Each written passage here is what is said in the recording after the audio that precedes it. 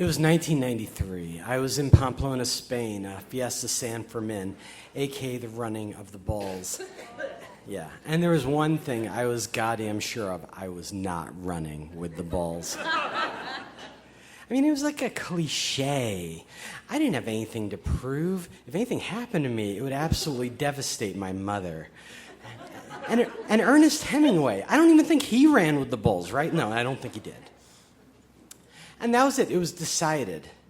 And then I lost my credit card, which was really my mother's credit card. Yeah, I know. So I was frantic. I called Visa, and I couldn't get through to them.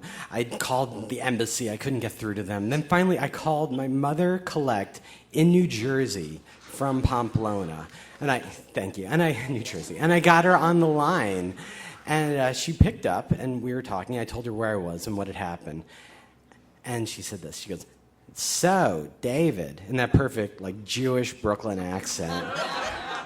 "So, are you going to run?" I was being called out by my aged mother. And finally, I had to really consider this, and I realized, no, I'm not afraid to run because of what it might do to my mother.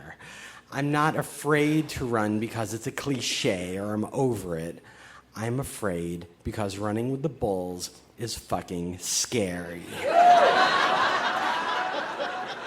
Every year, some guys get trampled, people die, and just the day before, some dude got gored in the leg. And my friend Michael was like, "Yeah, he got gored in the leg." And I was like, "What? He got gored in the leg?"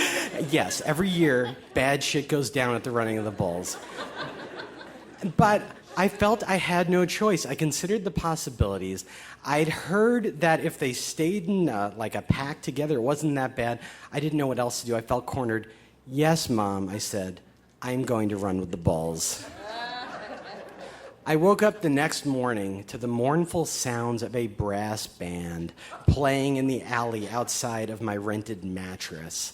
And there were singers, and they were chanting, and it sounded like the Spanish word "muerte, muerte, muerte," which means death. Yes. And I got up, and I ran out to the street, and I met my friend Michael Abrams. We had met in Seville 2 weeks before, bonded, and believe it or not, we're still friends, actually. Hello, Michael. And he was wearing a ceremonial white shirt, white pants, white belt, white scarf, as we all were.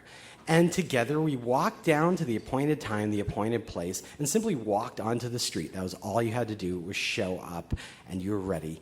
Now there's a 3-part cheer in Spanish where everyone went, "Hey, hey, hey!" A gun went off, and we were running. Running as fast as my black high-top airwalks could possibly take me. Running faster than many, slower than many, but running as fast as I could, as if my life depended on it. Now, I felt the bulls before anything. There was a vibration that went in the street as their thunderous hoofbeats approached, and only then, after that, did I hear them with the clanging of their cacophonous cowbells, because they literally had more cowbells. And I thought, they must be getting behind me. So I turned to look behind me, and as I went halfway about where terrors I saw, they were already beside me. And they were in a herd, and they were all together, and they went by me like I was standing still. And I just kept running, now chasing the bulls, like as fast as I possibly could. And then there was another thundering, and then another herd of steers this time. They go together and they're friends. I don't know how it works exactly. But I was like, whatever, steers, whatever. Who gives a fuck about the steers? And they just went like right by me too. And then I was chasing the steers. And then I like fell and I rolled like Batman. And I got up and I kept running, like chasing them. Like, yeah, motherfucker. And, and I was like, gotta get to the bull ring. Because when you get in the bull ring, you can run with them. It's really bizarre and fucked up. And the door closed. And it was over. And never in my life had I felt, I don't know if I was brave, but I felt 100% vibrantly alive, 1,000% alive. And I found Michael, and we hugged fiercely. And then I found a cigarette. And then I found like a liter of beer, because those were everywhere. And all around me, men and women danced together. And the fiesta cranked on, ready to go for another day. And we celebrated. And it was better than Hemingway had even written, and how often does that happen? I looked down at my watch. It was 7:30 in the morning. I had a long day of celebrating ahead. I took a hit on the cigarette.